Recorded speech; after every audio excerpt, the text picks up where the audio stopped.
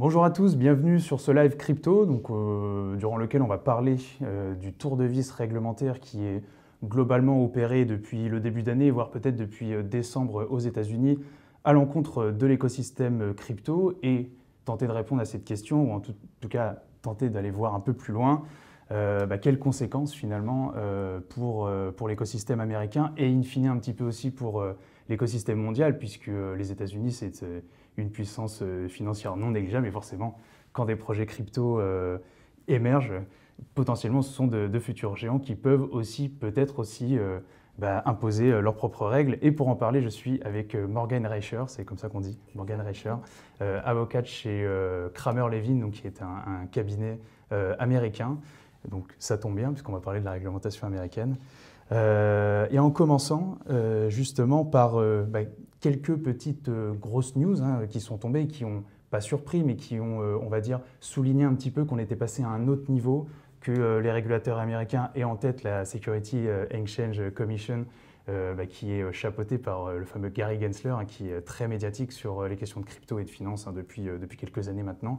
Et pour parler aussi de la logique de toutes ces actions, parce que souvent c'est caricaturé, on va dire, par c'est une répression à l'encontre de l'écosystème crypto. On va voir avec vous, Morgan, que tout ça a une logique aussi, a une histoire, et que en quelque sorte les régulateurs, puisque la CFTC aussi est dans le lot avec la Security Exchange Commission, par rapport justement à cet historique qui explique en fait aujourd'hui qu'on arrive à des décisions qui peuvent paraître très dures.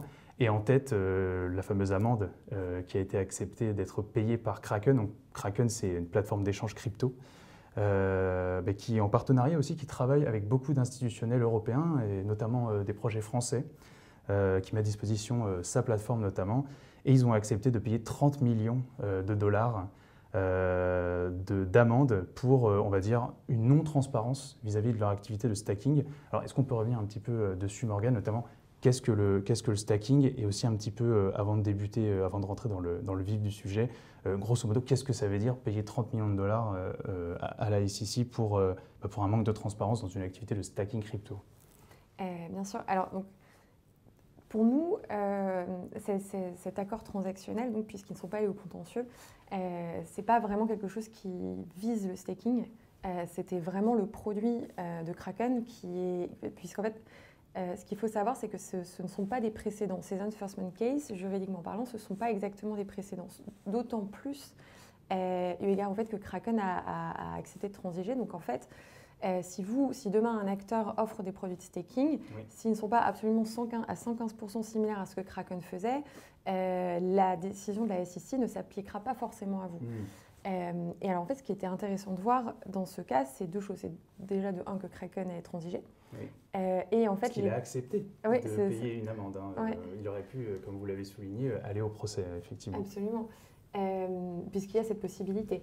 Et c'était la manière en fait, dont le produit était composé. Et en fait, ce qu'on voyait en lisant l'enforcement case de la SEC, c'est que quelque part, ce qui était reproché à Kraken, à l'entreprise, c'était que finalement, le staking, c'était juste une espèce de possibilité technologique, mais sur la base de laquelle Kraken ajoutait en fait des composantes qui permettaient de rendre le service beaucoup plus intéressant que si on stackait par nous-mêmes. Et c'est d'ailleurs comme ça qu'ils le commercialisaient, c'était dire le staking, mais pas comme si vous le faisiez vous-même. Et donc, c'était eux qui avaient la possibilité en fait, de déterminer le nombre d'actifs qu'ils allaient stacker, combien ils allaient garder en réserve pour permettre justement cette espèce de possibilité de déstacker comme on le voulait, quand bien même le protocole ne l'autoriserait pas. Donc, peut-être revenir un petit peu aussi sur ce qu'est le stacking. Le stacking, en gros, c'est le fait de participer à la validation des transactions, donc des blocs d'une blockchain, en immobilisant souvent le cryptoactif natif de la blockchain dans la blockchain. Et en gros, un espèce de système de délation qui va se mettre en place si vous ne respectez pas les règles. En fait, vous avez le droit de gagner de l'argent, donc vous êtes rétribué par le protocole, mais en échange, vous mettez en jeu, donc proof of stake, staking, en preuve d'enjeu, vos jetons, et si jamais vous ne respectez pas les règles, donc si vous ne validez pas en accord avec les règles du protocole, eh ben, on peut voilà, vous piquer vos cryptoactifs, ou en tout cas vous en déposséder cryptoactifs. Voilà, donc c'est juste pour revenir sur la définition. Donc effectivement, oui, donc c'était plutôt un problème de transparence qui était reproché à Kraken. Oui. C'est ça. En fait,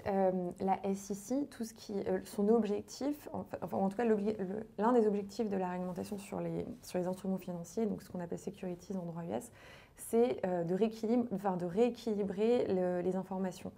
Et donc de faire en sorte qu'à partir du moment où un intermédiaire fournit un service par lequel il va recueillir, en fait, récolter des fonds, en prendre possession pour les déployer dans un second temps, en fait, il doit à ses investisseurs des obligations d'information, de transparence exactement sur la manière dont ces fonds sont récoltés, enfin dont il en dispose et la manière dont il va les déployer.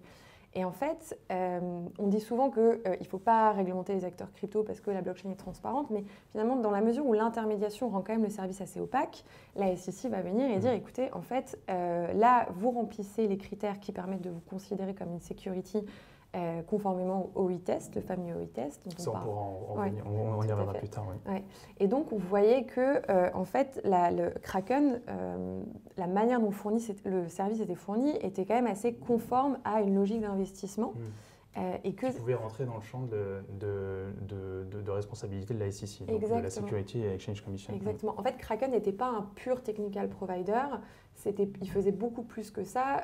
Technical provider. Technical provider, enfin, oui, fournisseur de services technologiques. Un intermédiaire qui fournit une possibilité d'investir via une solution technologique. Absolument, il ne faisait pas que déléguer et donc rendre accessible la possibilité de déléguer sur des validateurs. Ils ajoutaient des couches en fait, qui permettaient de qualifier le service de service d'investissement. C'est ça. Et alors, ce qui a attiré aussi l'œil du régulateur, c'est que sur le stacking de Kraken, parfois on pouvait aller jusqu'à 15, 18, 20%, alors que normalement, une activité de stacking, pour sécuriser la blockchain, on est plutôt entre 4 et 8 ou 9%. Donc c'est quand même des investissements qui, normalement, n'atteignent pas les 20%. Alors, cette amende, elle a surpris. Elle a beaucoup surpris et pourtant elle a une logique en fait. Le régulateur se retrouve en fait contraint un petit peu de faire appliquer la loi avec un peu les moyens du bord. Et tout ça, Morgane, j'aimerais bien revenir avec vous là-dessus. C'est en fait le fruit d'une certaine indécision politique en fait. C'est-à-dire que les États-Unis se retrouvent un petit peu, ou plutôt les régulateurs se retrouvent un petit peu à être obligés donc de faire appliquer la loi avec les moyens du bord par le fait en fait que la régulation américaine crypto avance quasiment pas. Et tout ça, ça revient, tout ça trouve son origine, on va dire, en novembre 2021. Est-ce que vous pouvez nous expliquer un petit peu ce qui se passe au mois de novembre 2021 et pourquoi ça avait suscité un grand espoir de clarification enfin de la régulation américaine? Oui, alors, et pourquoi ça n'a pas marché du coup? Oui. Alors, contrairement à ce qu'on a en France et en Europe demain avec MiCA, aux États-Unis, il n'y a pas de réglementation dédiée aux actifs numériques. Donc, il n'y a pas une qualification dédiée avec un régime adapté. On a les réglementations pour les applicables aux instruments financiers qui datent de 1933-1934 et d'autres, et qu'on va transposer en fait aux actifs numériques. Donc il y a eu véritablement une volonté, notamment via l'executive order de Joe Biden, qui était de dire on a un marché qui est différent, qui présente beaucoup de similitudes avec les instruments financiers traditionnels qu'on a connus jusqu'à aujourd'hui, mais aussi des dissimilarités. Et donc il faut adresser les particularités de ce marché pour ne pas en perdre les potentialités. Donc on va mettre en place des possibilités de réfléchir entre régulateurs, parce qu'en fait le paysage réglementaire aux États-Unis est fragmenté, comme vous le savez avec la SEC, la CFTC, on reviendra sur qui fait quoi, pourquoi. Qui ont chacun leur précarité. Exactement. Et donc là, l'idée était de dire, on va voir comment on va réfléchir, comment réglementer intelligemment cette technologie. On va mettre toutes les forces politiques, les acteurs crypto, en grosso modo, les régulateurs tous autour de la table, et on va essayer de trouver une solution qui va se traduire en droit ou en loi qui permettront d'encadrer en gros l'écosystème. Exactement, vraiment dédié à l'encadrement à une réglementation dédiée des cryptoactifs. Le problème, c'est qu'il y a eu FTX et aujourd'hui, on est aussi dans un environnement politique complexe puisque le Congrès est divisé avec la Chambre et le Sénat qui sont chacun aux démocrates ou aux républicains. Donc c'est assez compliqué d'arriver à un consensus. Et donc d'arriver justement à avoir une réglementation harmonisée qui puisse s'appliquer à l'ensemble du marché et l'ensemble des États, puisque aux États-Unis, il y a la réglementation fédérale, les réglementations étatiques, et après avec la CFTC, la SEC, aussi les réglementations pour les consommateurs. Donc tout ça, c'est quand même un mélange assez complexe. Donc voilà, il faudrait que le Congrès arrive. Puis les règles ne sont pas les mêmes en fonction des États. Enfin, c'est pas facile Nous, on connaît l'Union européenne. Déjà, on se plaint, mais alors c'est vrai qu'aux États-Unis, faire appliquer exactement la même chose partout, c'est peut-être encore plus compliqué sur certaines choses. C'est beaucoup plus compliqué. C'est beaucoup plus compliqué. C'est pour ça qu'il y a besoin d'un consensus politique. Le problème, c'est que division politique. Donc, on n'est pas prêt d'en avoir on n'est pas prêt d'avoir un consensus avant 6 à 12 mois. Et ce n'est pas forcément la priorité non plus.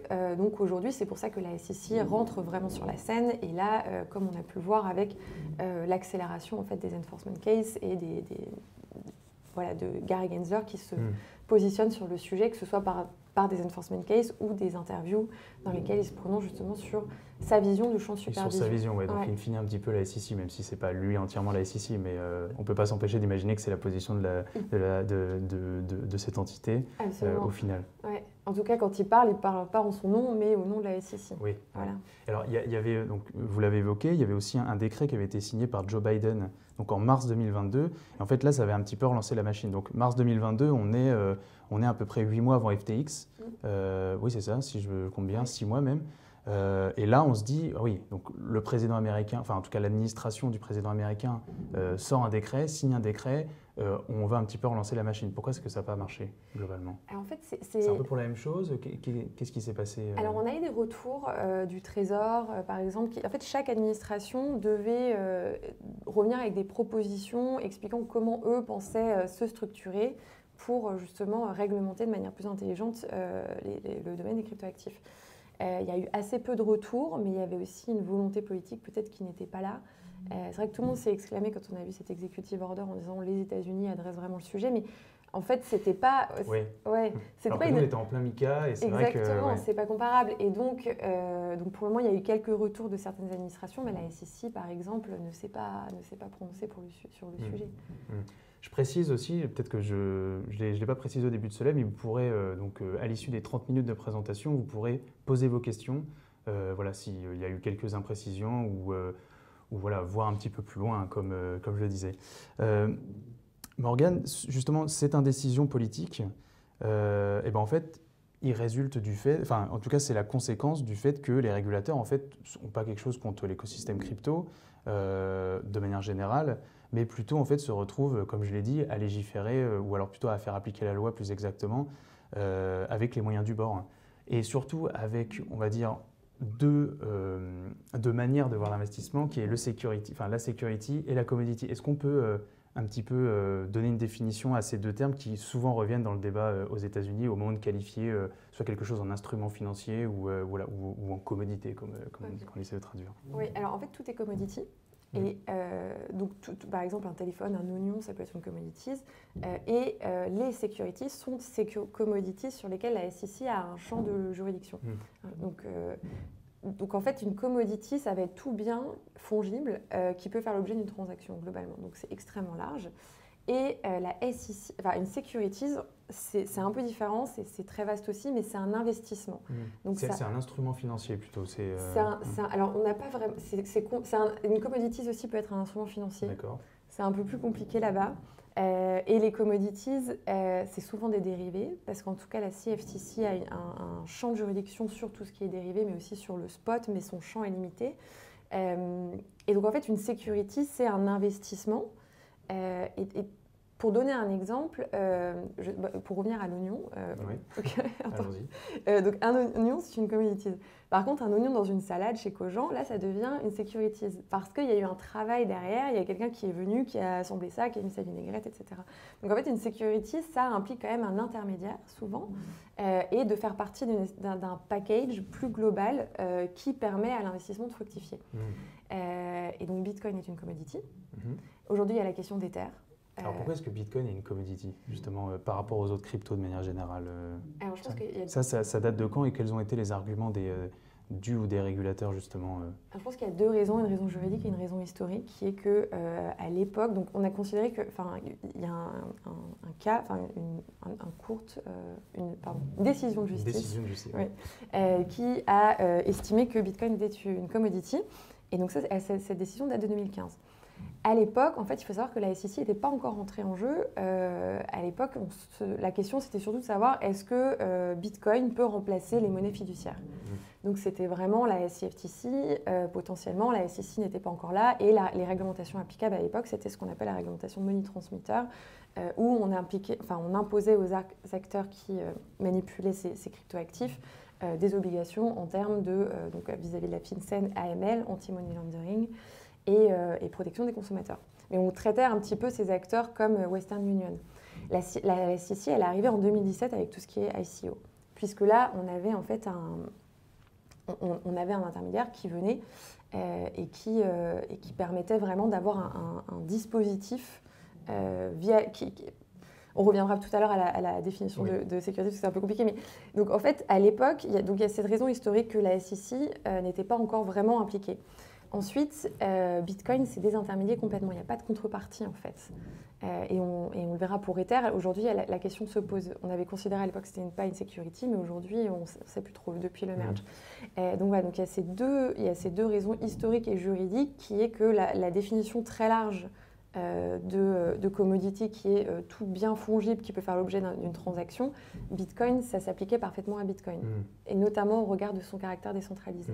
Et donc justement, la peur, donc, ce qui est assez intéressant de voir, c'est que donc, les maximalistes Bitcoin, quand Bitcoin est rentré dans le champ des commodities, on va dire que ça les a arrangés, mais c'était plus rassurant que d'être qualifié comme une security. Et souvent, lorsque Gary Gensler a émis l'hypothèse que l'ICC pouvait peut-être considérer que Ethereum, ou en tout cas les entreprises qui participent donc, au stacking et à la validation d'Ethereum, devaient peut-être rentrer dans ce champ justement security, ça a inquiété beaucoup de monde. Pourquoi est-ce que ça a inquiété beaucoup de monde au sein de l'écosystème crypto ?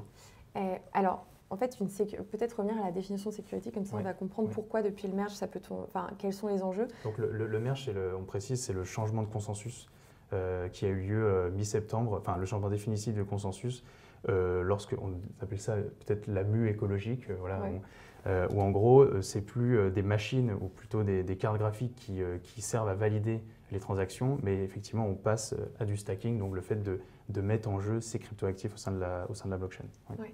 Et alors pour Ethereum, on avait eu un statement, une déclaration de l'ancien président de la SEC qui était William Herman, qui avait dit qu'en raison du caractère décentralisé du jeton, ce n'était plus une security. En fait, ça, c'est ce qu'on appelle En fait, c'est un peu complexe, mais un jeton peut être, un actif peut être une security à son émission première et ne plus l'être quand il est tradé sur le marché secondaire. Parce qu'en fait, une security, il y a 4 éléments. Et c'est un test, c'est le fameux OI test qui date de 1946. En fait, c'est une espèce de voiture-balai qui permet de réglementer tous les dispositifs qui ne rentrent pas strictement dans les définitions de prêt, de titre de capital et ce genre de choses. Et donc, en fait, pour être une security, il y a 4 éléments. C'est un dispositif, un contrat ou une transaction par lequel un investisseur va donc placer des fonds. Et ces fonds seront déployés et en fait, ils vont fructifier sur la base des efforts de tierces parties. Voilà, donc, à chaque fois, il faudra démontrer ces 4 éléments. Et ça, c'est les cours fédérales qui, depuis 1946, ont chacune un petit peu déterminé ce qu'il fallait entendre par ça. Donc là encore, on a un morcellement du territoire puisque chaque cours applique ses propres principes. Et alors pour Ethereum, on avait donc William Herman qui avait dit précédemment à l'entrée en poste de Gary Gensler qu'en raison du caractère décentralisé d'Ethereum, puisque aujourd'hui, en fait, le jeton, il peut permettre d'acquérir des NFT, il y a des milliers d'adresses publiques, donc on ne peut plus vraiment considérer que l'appréciation de la valeur du token repose sur les développeurs du protocole de base. Elle repose sur beaucoup trop d'éléments pour qu'on puisse recentraliser ça au niveau des développeurs. Le problème, c'est que... Depuis le merge, Gary Gensler explique qu'en fait, puisqu'il y a pu y avoir ce changement de consensus, ça démontre bien qu'il y a quand même un contrôle qui est exercé par les développeurs. Et donc, ce contrôle recentralise tout le protocole et permet de démontrer qu'aujourd'hui, en fait, il y a quand même un certain niveau de décentralisation. Et le deuxième élément, c'est de dire, regardez, en fait, le proof of stake, Comme vous l'expliquiez tout à l'heure, ça permet de placer des jetons pour les processus de validation. Exactement. Et en fait, quand ils sont placés justement pour la validation, ils ne sont plus accessibles. Donc en fait, ça les retire du marché. Donc il y a une logique anti-inflationniste qui forcément fait indirectement fructifier la valeur de l'actif. Mais du coup, si c'est qualifié en security, on peut se dire, en fait, il y aura une obligation de transparence vis-à-vis des investisseurs. Donc par exemple, des gens qui confient leurs Ethers, donc la crypto-monnaie native d'Ethereum, pour les mettre dans Ethereum justement pour toucher un petit rendement. Finalement, c'est pas plus mal. C'est pas mal d'avoir un peu plus de transparence, non? Alors, il y a plusieurs sujets. En fait, c'est qu'il y a beaucoup de personnes qui seront impactées. Donc, le marché primaire, les développeurs qui ont émis ces tokens auront des obligations a posteriori de transparence sur l'actif. Mais après, tout acteur qui va manipuler l'Ether, en fait, aura, à partir du moment où c'est une security, il faut adopter un statut particulier. Donc, soit de broker-dealer, soit de exchange. Et donc ça va changer absolument tout, parce qu'aujourd'hui, par exemple, un fournisseur de services de staking, pur staking natif, donc autre que par exemple le service de Kraken, et aujourd'hui, il n'a pas de statut réglementé, et ce sera le cas demain. Pareil pour un Coinbase, en fait, qui va devoir obtenir un statut particulier, parce que en fait, c'est comme en France, où en fait, si on trade sur des instruments financiers, il faut être une entreprise d'investissement, donc c'est beaucoup plus d'obligations. Et donc ces obligations-là, elles ne sont pas encore en capacité de les fournir, en tout cas ces obligations-là. Il y a plusieurs sujets, c'est que les entreprises ne sont pas forcément prêtes, parce que c'est un marché qui ne s'est pas constitué comme tel, et les obligations, à partir du moment où un instrument est une security, il y a, comme vous le disiez, des obligations de transparence et de disclosing, de communication, mais ces obligations, elles ne sont pas totalement adaptées aux actifs numériques. Donc, par exemple, pour le staking, à partir de quand, quelles informations on communique, à partir de quand on considère qu'il faut actualiser ces informations, tout ça n'a pas du tout été pensé pour ces produits et services. Donc, l'écosystème n'est pas prêt, en fait. Et donc, il y a aussi une manière de réguler aux États-Unis qui n'est pas la même. C'est-à-dire que, pour schématiser, par rapport à l'Europe, l'Europe, on aime bien un petit peu présenter ce qui un peu est une caricature, mais ce qui permet un peu d'expliquer les logiques de réglementation, c'est qu'en Europe, on aime bien créer un cadre. Donc, on constate, on crée un cadre avant que les entreprises rentrent dedans. Alors qu'aux États-Unis, on laisse faire. Après, on pourra revenir un petit peu sur FTX, mais par exemple, on laisse faire. Et on réglemente après, une fois que les acteurs ont atteint une certaine taille, à la fois pour réglementer, pour savoir qui survit aussi, puisque c'est la loi, le capitalisme américain, c'est très une manière de voir les acteurs, les plus gros acteurs, les plus solides émerger. Et puis après, il y a la question des taxes. Évidemment, c'est plus intéressant de taxer un géant qu'avant. Bien sûr, ouais. Et donc, du coup, moi, ce que je trouve un petit peu, intéressant, mais ce qui a fait aussi la force et la faiblesse de la réglementation américaine, c'est qu'on a laissé faire jusqu'à un certain point, en fait. On a laissé faire et on se retrouve aujourd'hui avec des règles qui ne sont pas claires ou pas, en tout cas, pas forcément adaptées. On pourra revenir au fameux test de Howey, justement, qui date de 1946. Bon, 1946, Internet n'existait même pas, donc on peut imaginer que c'est une règle qui date de trop longtemps. Mais justement, aujourd'hui, si je résume bien, on se retrouve avec des entreprises qui ne connaissent pas trop les règles, puisque les règles ne sont pas forcément déterminées, et qui ne sont pas forcément capables, ou qui n'ont pas l'habitude de traiter avec le régulateur. Oui, et qui ne savent pas quel régulateur est compétent, puisque effectivement la SEC est compétente dès qu'il y a formation de capital et déploiement du capital. Donc sur le spot, la SEC est compétente. La CFTC a un champ de compétences qui est très limité, c'est tout ce qui est manipulation de marché, fraude, trading sur marge et les dérivés, où là la compétence est quasi exclusive au regard de la SEC. Mais il y a aussi des discussions pour étendre justement le champ de compétences de la CFTC. Donc pour revenir à votre question tout à l'heure, est-ce qu'il ne vaut pas mieux être une commodity ? Aujourd'hui, c'est vrai que la CFTC a peu de possibilités de supervision, donc comme le Bitcoin, il ne se passe pas grand-chose, mais il y a des projets justement d'étendre le champ de supervision et les pouvoirs de la CFTC. Donc dans tous les cas, il va y avoir des choses que vous soyez... Mais c'est vrai qu'il y a cette question, est-ce qu'on est une community, est-ce qu'on est une security ? Et quelles en sont les conséquences ? Et qu'est-ce qui va nous permettre, en fait, qu'est-ce qui permet de déterminer qu'on est une security ou non ? C'est parce qu'on ne connaît pas non plus aussi les conséquences de certaines décisions potentielles ou de certaines clarifications de la réglementation aussi. Ouais. Mais oui, parce que les Kraken, ce n'est pas un précédent. Non. Voilà. Genesis, Gemini, c'est en discussion. Donc en fait, on a très très peu de précédents applicables et auxquels se référer sur les cryptoactifs. Donc tout le reste, ça va être de la réglementation. Enfin, c'est des précédents qui n'ont pas été pensés pour des cryptos, donc pas avec une technologie qui s'intermédie et qui permet les échanges. Et ça change tout, parce qu'en fait, c'est une réglementation qui a été pensée pour des intermédiaires centralisés. Oui. Alors justement, si on peut revenir, c'était aussi la question au moment de Mika. Il y a eu beaucoup d'acteurs crypto, et notamment au sein de l'ADAN, qui est l'Association pour le développement des actifs numériques, voilà, qui est d'origine française et qui veut s'étendre à toute l'Europe, être une association qui représente le secteur. Justement, cette question de désintermédiation et en tout cas de décentralisation, qu'est-ce que ça change au niveau de la réglementation? Ça change que la réglementation, elle était fondée sur des intermédiaires, en fait. Par exemple, typiquement, les banques. Et aujourd'hui, on se retrouve en fait avec on va dire, ces relais de la réglementation qui soit parfois n'existent pas ou alors sont complètement décentralisés. Oui, et ce qui est assez intéressant de voir, c'est que là, dans les récentes actions de la SEC, ils s'adressent à des acteurs qui sont quand même qui ressemblent à FTX quelque part, qui ont un niveau de centralisation qui est quand même assez important. Alors après, la question est qu'est-ce qui est décentralisé, qu'est-ce qui ne l'est pas. Et ça, mais que ce soit au niveau européen ou au niveau américain, on ne sait pas encore. Et ça, c'est une grosse question, ça, parce que c'est une question qui sera tranchée rapidement. Est-ce que c'est possible de réglementer sans avoir une définition claire de ça? Non, c'est possible, mais ce sera mal fait. Donc tout l'objectif, c'est de voir comment on peut repenser une réglementation qui a été pensée pour des acteurs centralisés, avec des liens contractuels directs entre l'utilisateur et l'entité. Et là, en fait, c'est du code, et on n'a plus d'intermédiaire. Donc en fait, il faut repenser le champ de la responsabilité surtout, en fait. Oui, exactement. De la responsabilité et donc de la transparence. Absolument. Sachant qu'on a un niveau de transparence qui est offert déjà par la technologie. Vous voyez, pour le staking, en principe, on sait quels sont les pourcentages de récompenses qu'on peut avoir quand on immobilise nos actifs. C'est transparent, c'est le protocole qui le décide. Par contre, un acteur comme Kraken, en fait, a augmenté ces pourcentages-là. Donc là, effectivement, il y a une obligation vis-à-vis des utilisateurs. Mais donc, comment est-ce qu'on va réglementer des acteurs qui interagissent avec une technologie qui elle-même est déjà transparente? Donc, il faudra repenser en fait les obligations de disclosing et d'information et de transparence aussi. Donc, est-ce que finalement aussi, on n'est pas en Europe, quand je dis on, parce que Europe, on est pro-européen un petit peu. Est-ce que on est mieux placé finalement que les Américains avec Mika?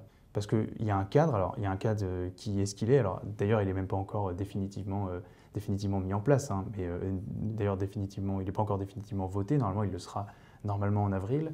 Est-ce qu'on n'est pas mieux placé que les Américains finalement? Est-ce que pour une fois, est-ce qu'on ne va pas louper le fameux virage Internet qu'on a globalement, tout le monde peut s'accorder à dire, loupé par rapport aux Américains?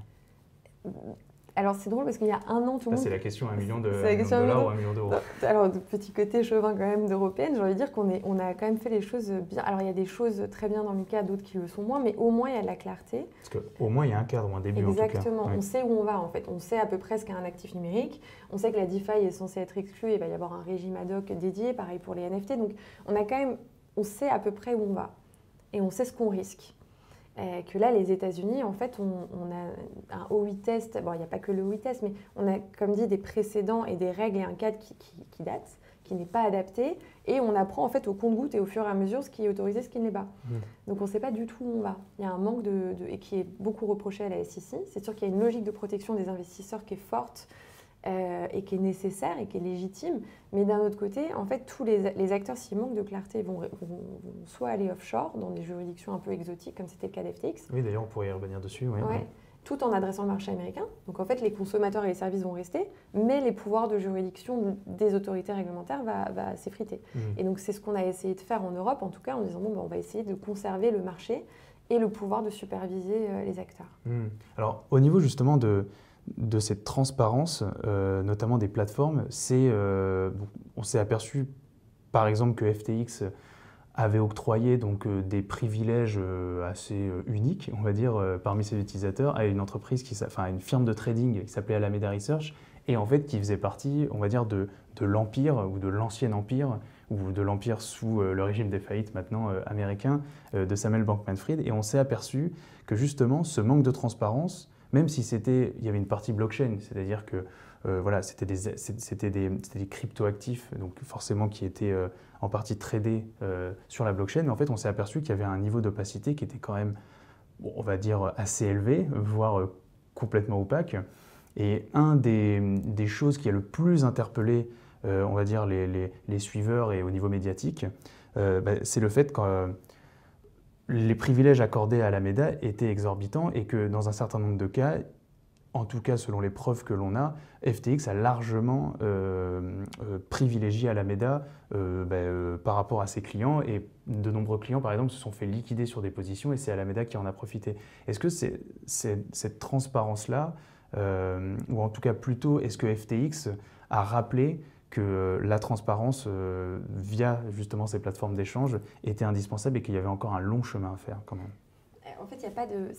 Parce qu'il faut bien différencier, il y a donc la finance décentralisée, Ouais. et il y a les plateformes d'échange qui sont des acteurs complètement centralisés, entre guillemets, classiques. Il y a ce dicton qui dit « trust or verify ». En fait, si on a une opacité, et il y aura toujours une opacité avec des acteurs qui s'intermédient et Ce qui qui sont est bien et centralisés. mal. Hein, Bien sûr. Voilà. Mais à ce moment-là, en fait, on fait confiance à la réglementation. Et si on ne peut pas faire confiance, il faut qu'on puisse vérifier, ce qui est le cas avec la DeFi, en fait, où tout est relativement transparent quand même. Là, c'est sûr que c'est des actifs numériques qui sont inscrits sur la blockchain, donc on peut retracer, mais en fait, si on n'a pas l'adresse publique, en tout cas ce qui permet de lier le wallet de la plateforme aux actifs détenus, et même là, ce n'est pas suffisant, en fait, parce qu'on ne sait pas si les actifs sont ségrégés. Il y a des questions de droits de propriété aussi sur les actifs. Est-ce qu'en fait, on transfère les droits de propriété à FTX qui peut derrière en faire ce qu'il veut, ce qui s'est un peu passé, alors qu'en fait, dans le contrat, ce n'était pas écrit comme ça. Donc, en fait, c'est l'objectif de la réglementation, c'est de dire qui peut faire quoi, comment. Et après, sur la transparence des prix, il y a aussi un sujet pour les ETF, où ça rentre en jeu. Alors peut-être on y reviendra, oui. C'est notamment vis-à-vis de Grayscale. Donc si on peut expliquer un petit peu les tenants et les aboutissants de cette histoire, qu'est-ce que Grayscale et qu'est-ce que veut Grayscale et qu'est-ce qui l'empêche aujourd'hui d'acquérir ce statut d'ETF? Oui, alors donc Grayscale, c'est une entreprise, un fonds en fait, qui fait partie du DCG, Digital Currency Group. Qui a été fondé par Barry Silbert et qui notamment comprenait, et comprend toujours d'ailleurs, la division de prêt de Genesis qui est aujourd'hui placée sous le régime des faillites et dans lequel notamment contribuait à peu près, je crois, entre 30 et 40% pour les livrets crypto de CoinHouse, oui, pour replacer un petit peu. Mais c'est un gros groupe en tout cas. C'est un gros groupe qui fait aussi l'objet d'un enforcement case avec Gemini. Voilà, donc, exactement. Ils sont assez centraux. Et donc le Grayscale Bitcoin Trust, GBTC, émet des parts alors ce n'est pas un ETF, c'est un fonds commun de placement plus ou moins classique. En fait, la valeur des parts représente la valeur liquidative des actifs au sein du trust. Et ce trust a depuis longtemps demandé à être converti en ETF. Donc, pour que en fait, la valeur des parts trace et corresponde à la valeur du sous-jacent, c'est-à-dire le Bitcoin. Ils sont actuellement en contentieux. Il y a eu des plaidoiries il y a 1 ou 2 semaines par Don Reilly. Et en fait, la SEC avait refusé la conversion du trust, du fonds, en ETF. Alors qu'est-ce que ça aurait changé justement? Pourquoi est-ce qu'ils voulaient ce statut d'ETF? Ils auraient pu se dire, oh bah non, on va continuer comme on fait, ça marche, bon ça marche pas trop bien en ce moment, mais ça marchait au début. Pourquoi est-ce qu'ils voulaient acquérir ce statut d'ETF? Alors, le problème, c'est que donc il y a l'émission des parts, et après, sur le marché secondaire, la valeur est décorrélée de la valeur liquidative au sein du fonds. Donc, actuellement, les parts tradent avec un discount qui est assez important. Et s'il devient un ETF, en fait, le discount va disparaître plus ou moins, un peu comme par magie, donc ça va redonner de la liquidité, puisqu'en fait, la valeur de la part sera égale aux valeurs du Bitcoin. Pourquoi est-ce qu'ils n'ont pas fait ça naturellement, justement? Ils ne pouvaient pas, en fait, parce que ils ont demandé à la SEC leur a toujours refusé la conversion en ETF, au motif justement de la transparence des prix, en disant que la formation des prix sur Bitcoin n'était pas claire, que Grayscale n'avait pas garanti, en fait, n'avait pas suffisamment offert de garanties qui permettaient de démontrer qu'il n'y aurait pas de manipulation des cours sur le Bitcoin au niveau des exchanges qui listaient les parts. Et donc ça, c'est assez intéressant parce que justement, ça revient sur la formation du prix du Bitcoin qui est considéré comme assez opaque et le marché qui n'est pas considéré comme suffisamment régulé par la SEC. Le sujet aujourd'hui, et c'est pour ça qu'ils ont potentiellement des chances de gagner, c'est que la SEC a accepté un ETF ProShares sur dérivés. Au motif justement que comme c'était tradé aussi, à un moment il y a la CIM, la Commodities Mercantile, Chicago Mercantile Exchange plateforme qui en fait intervient, permettrait justement de régulariser le manque de transparence sur les prix du Bitcoin.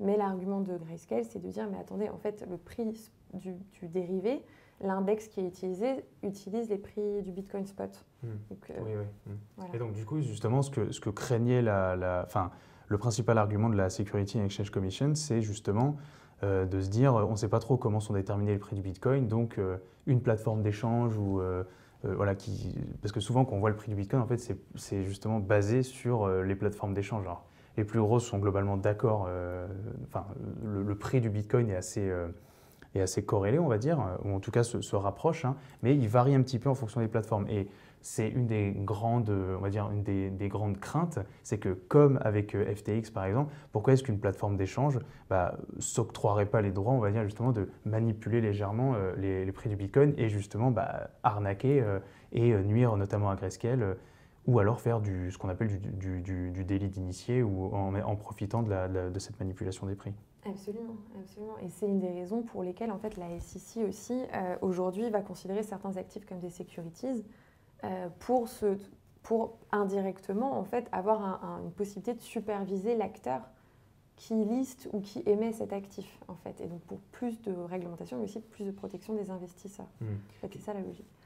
Qu'est-ce que ça a changé FTX, parce que c'est vrai que quand FTX est tombé, hein, donc au mois de novembre, ce qui est arrivé extrêmement rapidement, pendant peut-être 2-3 semaines, un mois, on a entendu les responsables politiques, mais on n'a pas forcément beaucoup entendu les régulateurs. Pourtant, voilà, ça travaillait très fort en coulisses, on va dire. Est-ce que FTX, finalement, c'est pas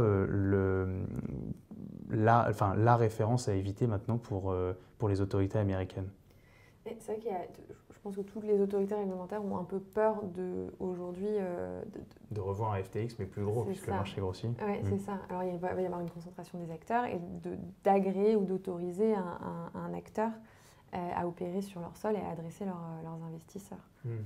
Et alors aujourd'hui, tout le monde effectivement reproche à la SEC de tous les enforcement cases, mais le problème c'est que pour en revenir un petit peu à ça, c'est tant qu'il n'y aura pas de consensus au niveau politique qui prenne en compte à la fois la protection des investisseurs et la nécessité de développer la technologie sur son sol, en fait les régulateurs, eux, ils vont uniquement prendre en compte la protection des investisseurs. Donc il y aura des décisions. Parce que c'est leur rôle, c'est en tout cas leur mandat premier, on va dire. Exactement, ils n'ont pas la vision globale. Et alors justement, est-ce que dans ce cas, comment est-ce qu'on peut imaginer l'écosystème américain se développer correctement justement? Parce que souvent, on prend par exemple Coinbase, le patron de Coinbase, donc Brian Armstrong, appelle régulièrement quand même à une réglementation plus claire. Mais justement, comment est-ce qu'on peut aboutir à une réglementation plus claire s'il y a on va dire un blocage politique et que de l'autre côté, vous avez des acteurs crypto qui sont pour le moment pas capables justement de se plier à une éventuelle réglementation ou au moins de satisfaire aux mêmes règles que les acteurs bancaires, par exemple? C'est toute la question. C'est toute la question et je pense qu'on va avoir des mois assez difficiles. On va encore y avoir des actions de la SEC.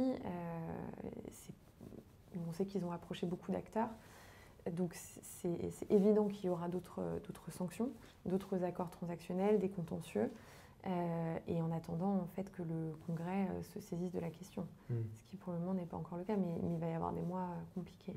Et donc pour le moment, on en reste à des décisions d'enforcement, hein, comme on a dit, mais parfois ça peut être, on va dire, assez, pas grave, mais en tout cas, voilà, si on prend l'exemple de Ripple, et peut-être qu'on peut en parler un petit peu, Ripple, ça fait quand même 3 à 4 ans qu'ils ont des poursuites judiciaires, si on peut peut-être développer sur ce point-là. Et est-ce que c'est, on va dire, le point de départ, parce qu'on va dire que maintenant c'est un peu entre guillemets, un sport national de voir la SEC déclencher une enquête pour savoir si ce que vous vendiez ou pas, si ce que vous proposiez à des investisseurs était une security ou pas. Et on voit que l'affaire Ripple a effrayé beaucoup de monde au sein de l'écosystème crypto parce que c'est une procédure longue et tant que la procédure n'est pas tant que la procédure n'est pas terminée, vous n'avez pas accès aux institutionnels puisque les institutionnels voilà, se disent écoutez, il faut d'abord avoir un niveau d'exigence et de transparence et après on pourra travailler avec vous. Alors le problème de Ripple, c'est que ça ne va pas forcément apporter des clarifications aujourd'hui, puisque le modèle Ripple aujourd'hui n'est plus celui des... Vous voyez, les nouveaux outils, les nouveaux services ne ressemblent pas forcément à ce que faisait Ripple. Donc, et puis même si demain une cour donne raison par exemple à Ripple, en décidant que ce n'est pas une security, en fait cette décision vaudra ne vaudra pas sur tout, en fait. Ce sera pas... en fait, il y a plusieurs niveaux de juridiction. Et donc, il faut peut-être rappeler au départ ce qu'est Ripple. Voilà, donc, Ripple, c'était une entreprise qui voulait un petit peu se placer comme la référence pour faire utiliser donc, son XRP, donc c'était son cryptoactif, pour les institutionnels et le faire circuler sur la blockchain. En gros, c'était une espèce de monnaie banque centrale avant l'heure, en fait. Oui, c'est ça, tout à fait. Donc aujourd'hui, la SEC considère que c'est potentiellement une security sur plusieurs fondements. Ils sont actuellement en contentieux. Ils ont des arguments, mais effectivement, le cours a chuté drastiquement. Et si demain, les cours donnaient raison à Ripple, pour autant, ça ne donnerait pas en fait, plus de clarification sur ce qu'est une security, ce qui n'en est pas une, en fait. Comme on le disait tout à l'heure, tant qu'il n'y aura pas un cadre global et harmonisé qui adresse la quasi-intégralité des possibilités de développement via cette technologie, où on ne saura pas où on va en fait. Et aujourd'hui, on le voit par exemple, nous on a des clients qui souhaitent adresser le marché américain, on est incapable de leur assurer qu'en fait ils ne seront pas considérés comme une security par la SEC.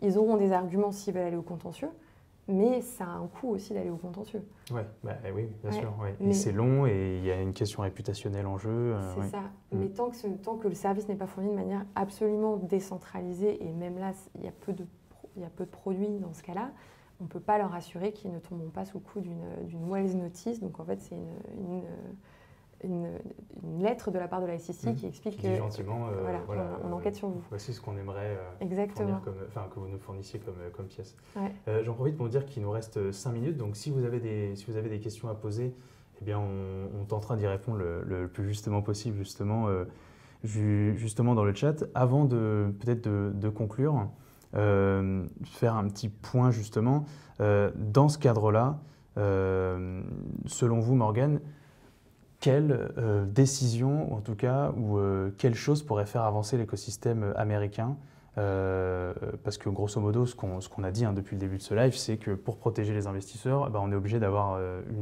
la même règle de transparence que des acteurs classiques. Or, on l'a vu que c'est difficilement envisageable. Donc, qu'est-ce qu'on peut imaginer dans les prochains mois? Est-ce qu'on va peut-être aboutir à un accord politique où il faudra encore vivre dans cet entre-deux qui est quand même... qui ne permet pas au business tout simplement de se développer autant que les États-Unis le voudraient. Parce que par exemple, typiquement, il y a des décisions qui peuvent amener, on va dire, à la fin, par exemple, d'un cryptoactif, donc qui est le BUSD par exemple, où le régulateur new-yorkais, donc, qui régulait l'entreprise qui s'appelle Paxos, qui était chargé justement d'émettre ce BUSD, donc qui est le stablecoin de Binance. Le stablecoin de Binance, c'est un cryptoactif qui est adossé au cours d'une monnaie fiat, donc traditionnelle, comme l'euro ou le dollar, ou alors d'un autre cryptoactif.